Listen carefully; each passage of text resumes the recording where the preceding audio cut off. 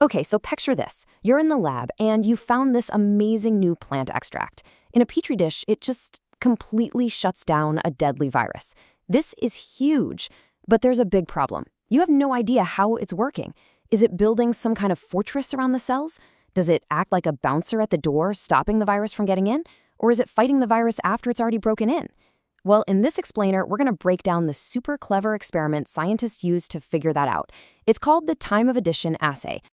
So here's our game plan. First, we'll set up our virus-fighting mystery. Then we'll look at the brilliant experimental plan scientists came up with to solve it. After that, we're going to walk through the whole thing step by step. And finally, the best part, we'll learn how to read the results and crack the case. So, here's the core puzzle we're trying to solve.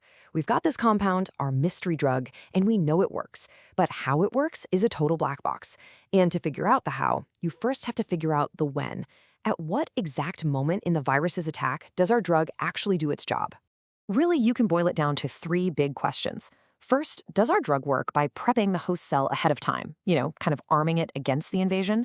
Second, does it work by physically stopping the virus from getting into the cell at all? Or third, does it jump into action after the virus has already gotten inside to stop it from making copies of itself? And this is where the time of addition assay comes in. It is such an elegant solution to our mystery. The whole idea is based on something so simple but so brilliant. Let's just add our drug at different times, before, during, and after infection, and see when it actually makes a difference. Now, when you first see a diagram like this, it can look pretty complicated, right? You've got all these pathways and steps, but don't worry. This is just the 10,000-foot view of the entire experiment. We're going to break this down piece by piece, and I promise, by the end, it's all going to make perfect sense. So, let's get the formal definition out of the way. A time of addition assay is an experiment used to figure out at which stage of the viral replication cycle an antiviral drug is active. Really, it's all about pinpointing the timing of the drug's attack. Okay, this slide is where it all clicks. The whole experiment boils down to these three conditions. First, you've got pre-treatment. Here, we add the drug before the virus shows up. This tests if the drug can protect the cell, right? It's like setting your house alarm before a burglar even gets there. Then there's co-treatment. We add the drug and the virus at the exact same time. This checks if the drug can block entry. It's like having a guard posted right at the front door. And finally, post-treatment. We let the virus get in, and then we add the drug. This tests if it stops replication, kind of like an alarm that goes off after someone breaks in to stop them from stealing anything.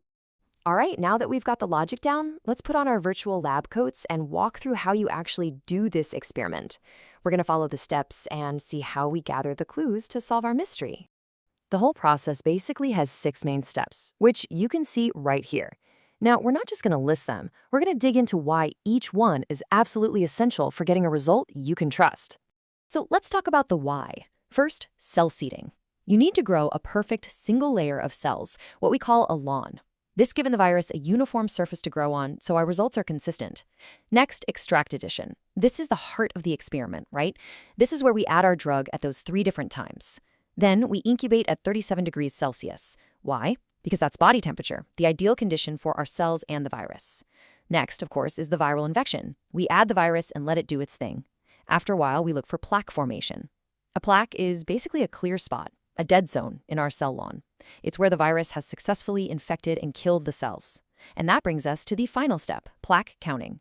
The logic here is so simple and powerful. The fewer plaques you see, the better our drug worked at that specific time point.